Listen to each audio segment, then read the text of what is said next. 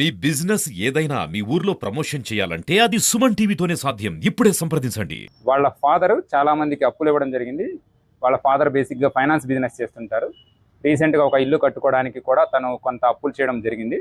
పాత వాళ్ళు ఎవరైతే అప్పులు తీసుకున్నారో వాటి సకాలంలో చెల్లించకపోవడంతో తను కొంచెము స్ట్రాంగ్ లాంగ్వేజ్ వాడడము, అలానే వాళ్ళని తిట్టడము, బెదిరించడము, సివిల్ కోర్టుకు వెళ్తామని స్ట్రెస్ చేయడము జరుగుతుంది. దీనిలో వాళ్ళ ఫాదర్ దగ్గర నుంచి సుమారుగా 3.5 lakhs 3.6 lakhs తీసుకున్న ఒక లేడీ ఇది మొత్తం చేసిందని మనకు ప్రాథమికంగా రుజువు అవుతుంది. వాళ్ళ ఇల్లు కూడా సుమారుగా అక్కడికి 100 మీటర్ల దూరంలోనే ఉండడం జరిగింది.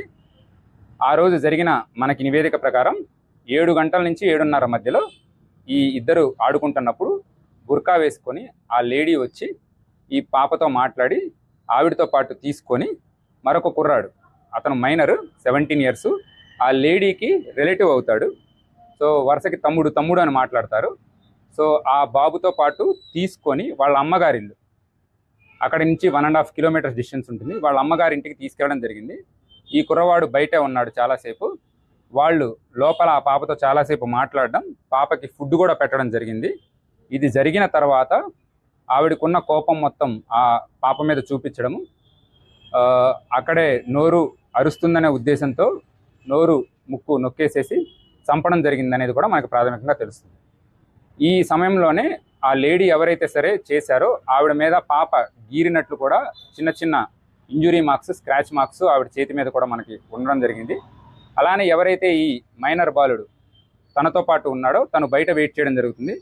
ఈ పాప చనిపోయిన తర్వాత ఆ పాపని భుజాల మీద వేసుకొని కిందకు వచ్చేసి ఇమీడియట్గా మనం సమ్మర్ వాటర్ స్టోరేజ్ ట్యాంక్కి వెళ్ళిపోదాము, అక్కడ పడేసి వస్తే మనకి ఎటువంటి ప్రాబ్లం రాదు, పాప మనం చేశామనే రుజువులు కూడా ఉండవు అని చెప్పేసేసి ఆ బాలుడికి ఎవరైతే మైనర్ ఉన్నాడో తనకి చెప్పేసేసి అక్కడి నుంచి బైక్లో పాపని మధ్యలో పెట్టేసుకొని సమ్మర్ వాటర్ స్టోరేజ్ ట్యాంక్ పైకి బైక్తో వెళ్ళి అక్కడి నుంచి కొన్ని స్టెప్స్ దిగి రాళ్ళంతా ఉంటే అక్కడ దిగేసి ఒకళ్ళు చేతులు ఒకళ్ళు కాళ్ళు పట్టుకొని పాపని విసిరేయడం జరిగింది.